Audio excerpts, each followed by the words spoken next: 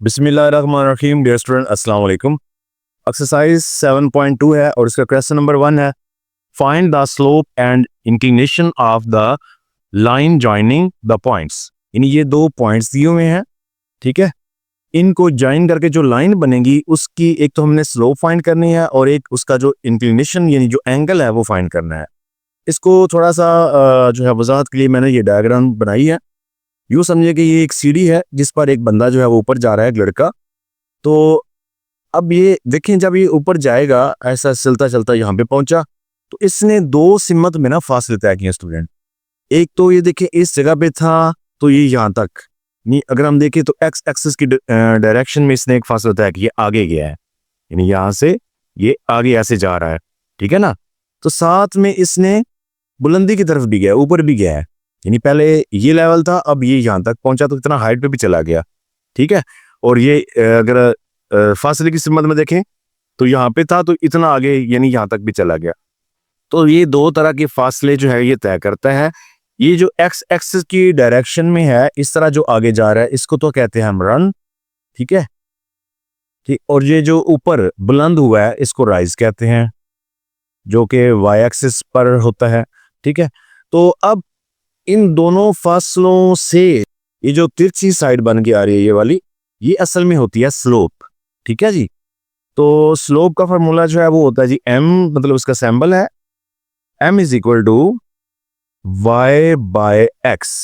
अब y जो है ये y एक्सिस को शो कर रहा है, ठीक है, और x जो है ये x एक्सिस को शो कर रहा है, यानी कि रन और राइज। यानी अगर मैं ऊपर देखूं ये राइज बाय रन, ठीक है, ये फार्मूला इससे मैंने इससे, क्योंकि ये राइज जो है वो वाई एक्सिस को शो करता है तो मैंने वाई, और ये जो रन जो है ये एक्स एक्सिस को शो करता है तो मैंने एक्स लिख दिया, यानी वाई बाय एक्स, ठीक हो गया। तो यही चीज यानी ये जो स्लोप है यही एम जो है ये इज इक्वल टू, यानी हम इक्वल अगर लगाते जाएं तो ये tan अल्फा के भी इक्वल है, tan अल्फा, ठीक है। यानी एंगल जो है वो एंगल ये वाला बनेगा, ठीक है। यानी यहाँ से और यहाँ तक ये जो एंगल बन रहा है इसको अल्फा कह लें, तो ये हमारी इंक्लिनेशन बनेगी, यानी कितने एंगल पर है, तो ये भी फाइंड करना है एंगल भी, और हमने इसकी स्लोप भी फाइंड करनी है कि उसमें कितनी ढलवान है। ओके जी। तो उसके लिए हमें फार्मूला क्या है जी, y बाय एक्स। अब y क्योंकि y एक्सिस को शो करता है और x जो है ये x एक्सिस को शो करता है, तो अगर हम इसका प्रॉपर फार्मूला लिखें तो ये बनेगा m is equal to y बनेगा y2 माइनस y1, क्योंकि पॉइंट्स में ये भी y है ये भी y है, तो ये y1 होगा और ये y2 होगा, इस तरह डिवाइड। अब ये भी x है ये भी x, तो ये x1 ये x2, तो ये बनेगा जी x2 माइनस x1। ये हमारा प्रॉपर फार्मूला है। अब इससे हम इसकी स्लोप जो है वो फाइंड कर सकते हैं, तो सीधी सीधी इसमें वैल्यूज को पुट करें, बहुत सिंपल है, ठीक है। m is equal to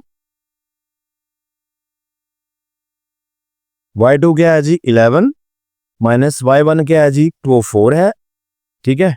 divide करें, x2 क्या है जी 5 और x1 क्या है जी -2, ठीक है। अब इसको सॉल्व करें तो हमारे पास ये क्या आ जाएगा, 11 में से 4, बाकी हमारे पास आ रहा है जी 7, नीचे अगर देखें तो ये 5 है तो ये माइनस माइनस +2, तो मजीद इसको सॉल्व करें तो हमारे पास ये m इज इक्वल टू, ऊपर तो 7 है नीचे भी 7 आ गया है, ठीक है।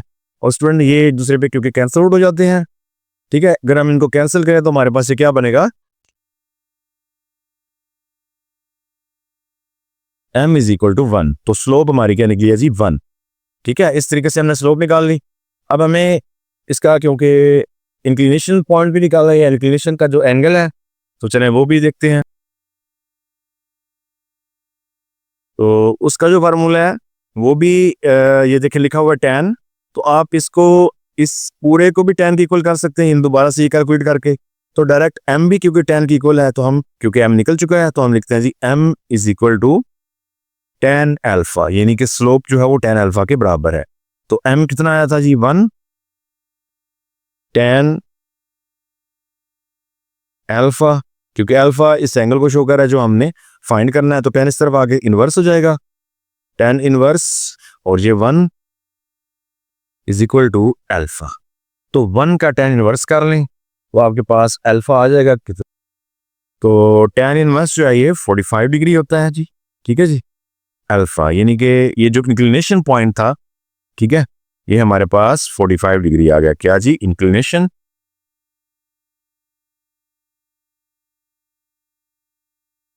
Is equal to 45। Part number 2 है स्टूडेंट, इसमें भी हमने स्लोप और इंक्लिनेशन पॉइंट जो है या इंक्लिनेशन वाला एंगल वो निकालना है। तो स्लोप के लिए क्या फार्मूला है जी? m is equal to y2 minus y1 x2 minus x1। तो m is equal to y2 क्या है जी? हमारे पास 7 आ रहा है, ये y2 होगा, और ये y1 माइनस 2, ये माइनस फार्मूले का है और ये 2 खुद माइनस का है।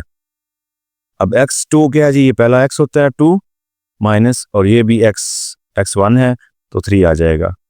तो क्या आ रहा है जी? हमारे पास 7 माइनस माइनस प्लस 2, तो प्लस माइनस माइनस 3 में से 2 बाकी -1, तो 7 प्लस 2 ये हमारे पास आ रहा है जी 9 बाय -1। अब जो डिवाइड में 1 की वैल्यू तो नहीं होती, लेकिन अगर माइनस में है तो ये जो है -9 इसकी वैल्यू जो है वो ज़रूर होगी। ओके जी।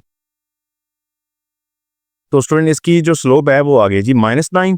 तो स्लोप माइनस जो होती है इसका क्या इफेक्ट होता है ये भी मैं बात करूंगा, लेकिन पहले जो है हम इंक्लिनेशन जो है वो निकाल लें। तो ये इकट्ठा टॉपिक उस पर एंड पे मैं डिस्कस कर दूंगा। तो इंक्लिनेशन जो एंगल है वो कैसे होगा जी?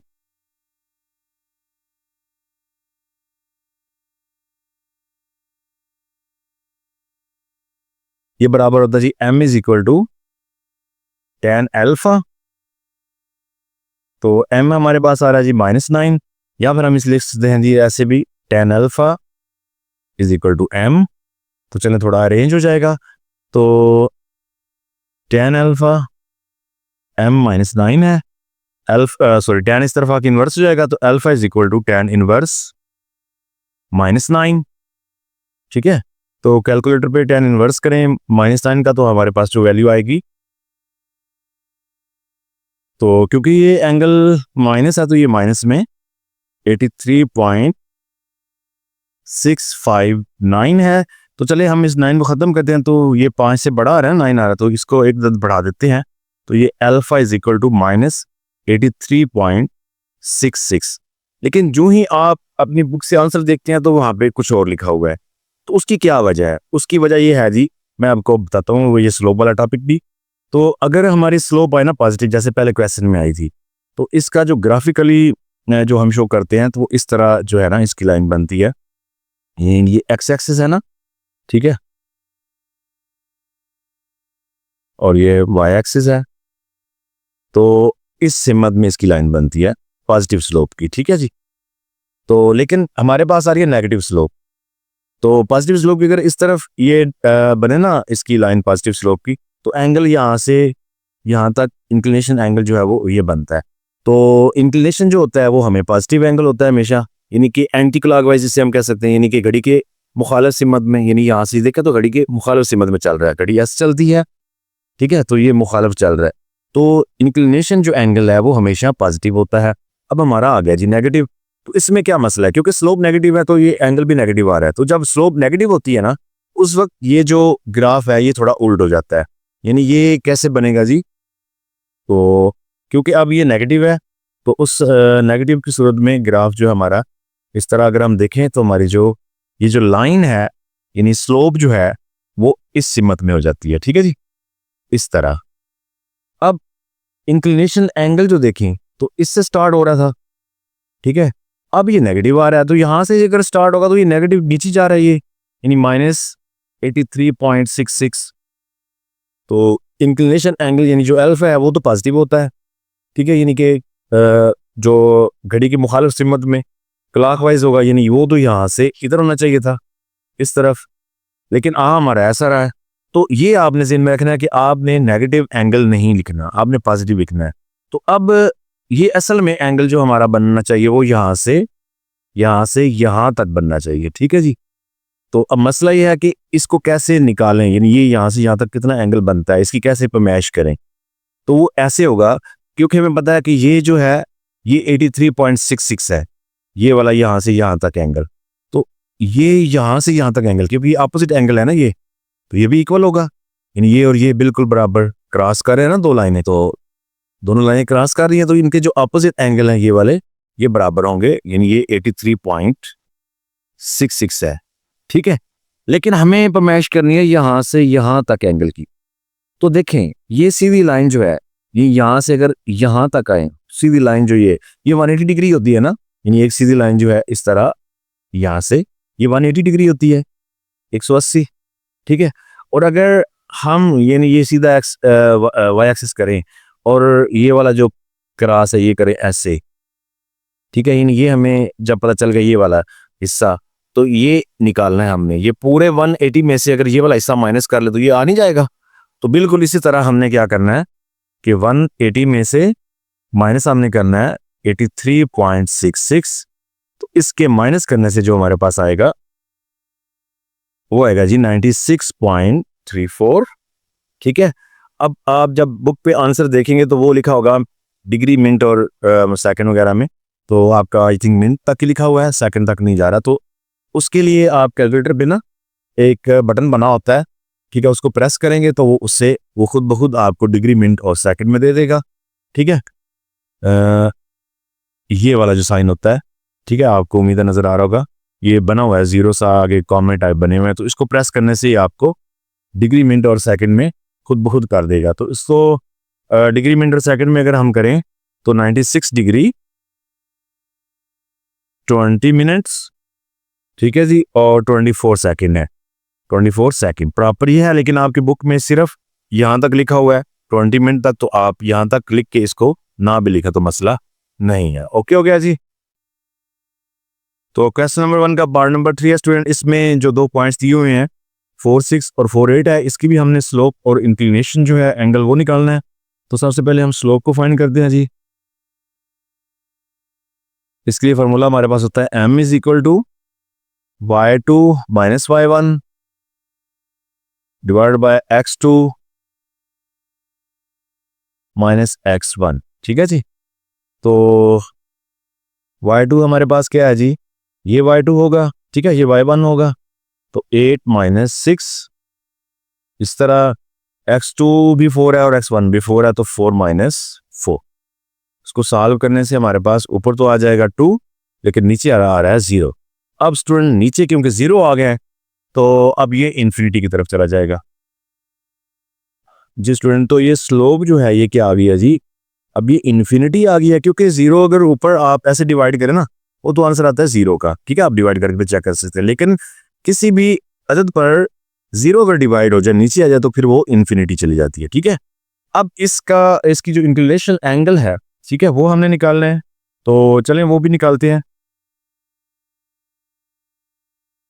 तो इसके लिए हम क्या लिखते हैं जी, फार्मूला हम लिखते हैं m is equal to tan alpha, यानी m is equal to tan alpha, slope इसके इक्वल होती है ना, तो हम tan alpha is equal to m भी लिख सकते हैं, इसमें कोई ऐसा मसला, ठीक है जी। तो अब यहाँ पे बड़ा इंटरेस्टिंग एक टॉपिक है कि tan alpha is equal to m क्या आ गया जी, इन्फिनिटी, ठीक हो गया। अब टेन इधर आएगा तो एंगल निकलेगा इस स्लोप का, ये जो स्लोप आ रही है कि कितनी स्लोप है, तो टेन इधर आके इन्वर्स हो जाएगा, टेन इन्वर्स ऑफ इन्फिनिटी। तो जब हम इन्फिनिटी टेन इन्वर्स लेते हैं ना कैलकुलेटर से या टेबल से आप देखें, तो वो एंगल बनता है 90 का। क्या बनता है जी, 90 डिग्री का।